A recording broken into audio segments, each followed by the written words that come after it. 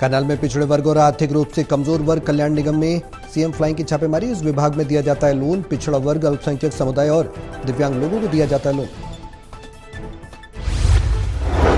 Loan समय पे नहीं दिया जा रहा और जो पात्र हैं उनके लोन जो है वो रिजेक्ट किए जा रहे हैं और समय पे भी जो है वो कितने कर्मचारी आते हैं जो आज चेक किया गया फील्ड ऑफिसर। कैथल में रिश्वत लेते ईटीओ रंगे हाथ गिरफ्तार। जमीन अटैच करने की धमकी देकर मांगे 8 लाख, 1,40,000 लेते विजिलेंस ने दबोचा। विजिलेंस की कार्रवाई से मचा हड़कंप। कैथल में रिश्वत लेते ईटीओ गिरफ्तार। आरोपी ईटीओ ने शिकायतकर्ता ऋषि पाल से कुल 8 लाख रुपए की रिश्वत मांगी थी। इससे पहले वो 60,000 रुपए की राशि पहले ही ले चुका था। रिश्वत मांगी थी सर इनने और मैंने रिश्वत देना नहीं चाहता था, तो इसलिए मैंने बिजली टीम से संपर्क किया। मेरे भाई साहब में बड़े, उनने बताया भी ऐसे ऐसे होता है, तो हमने इसने पैसे मांग ही रखे थे, हम पैसे दिए और सुबह ये अपना।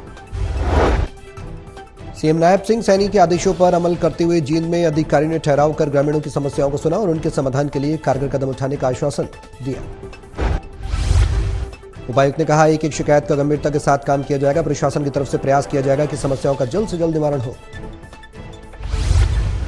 मुख्यमंत्री जी के आदेशों की पालना में और उसके बाद ये जिला प्रशासन की ओर से रात्रि ठहराव का एक प्रोग्राम यहाँ पहला जो है जींद जिले का जनवरी माह का पांडु पिंडारा गांव में किया। जींद में रेलवे लाइन पर 27 वर्षीय युवक की ट्रेन की चपेट में आने से दर्दनाक मौत।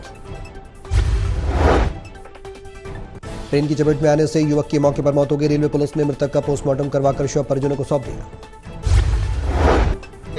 2 जने थे जी, घूमने जा रहे थे। अरे अचानक से 2 गाड़ियां क्रॉसिंग के आ गई। अरे दुर्घटना घट गई सर इसके साथ। मार गई। बहादुरगढ़ के मांडौठी गांव में एक कलयुगी दामाद ने अपने ससुर की गोली मारकर हत्या कर दी। हत्या के बाद मौके से फरार हो गया। लड़की की शादी की थी, करीबन 5 साल हो गए थे और वो लड़की को परेशान किया करते थे, तो हम उससे अपने घर ले आए थे और फिर घर लाने के बाद वो आया वो वित्त मंत्री निर्मला सीतारमण 1 फरवरी को केंद्रीय बजट 2025 पेश करेंगी। हर साल की तरह इस बार भी बजट से किसानों, मध्यम वर्गीयों को और युवाओं को काफी उम्मीद है।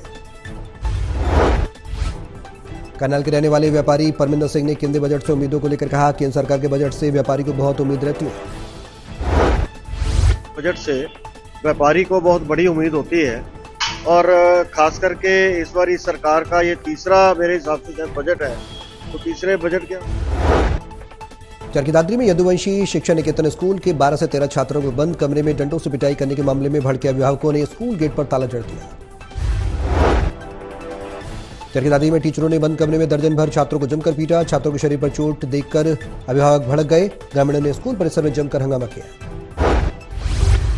आउट प्रोग्राम में जा रहा था, एक मेरा भतीजा और एक मेरा लड़का है। उसका कैमरा वह बालका न वह की टॉयलेट कर गया है जो बालक करने वाला बोले उरा हो रहा है। फिर उनका बड़ा बालका ने वो दिया डरा, बोले इस कैमरा तोड़ो। ये वो नहीं वाला बोले हम डीएन के पास जावांगे। बोले डीएन के पास। और इन बच्चों को पता नहीं क्या बात है, क्या झूठा इल्जाम लगा के इनको कमरे में रोक कर मारना पीटना शुरू कर दिया। अगर भाई तुम मतलब तुमने कोई चोरी करी है या करी है वो करी है, इनको मतलब पीटना। फिर नकली वो बना के अपने फोन में झूठी वो आगे औरतों के मतलब जो है ना फोटो खींच रहे थे। फिर मैं बोला भाई ये फोटो खींच रहे थे तो तेरे उसमें इनका फोन में रख लेना था, इन्हीं का फोन रखना था, प्रूफ तो होता। तेरे फोन में कहा, इनके फोन में नहीं है। बोला जी यह तुम्हारी गलती होगी।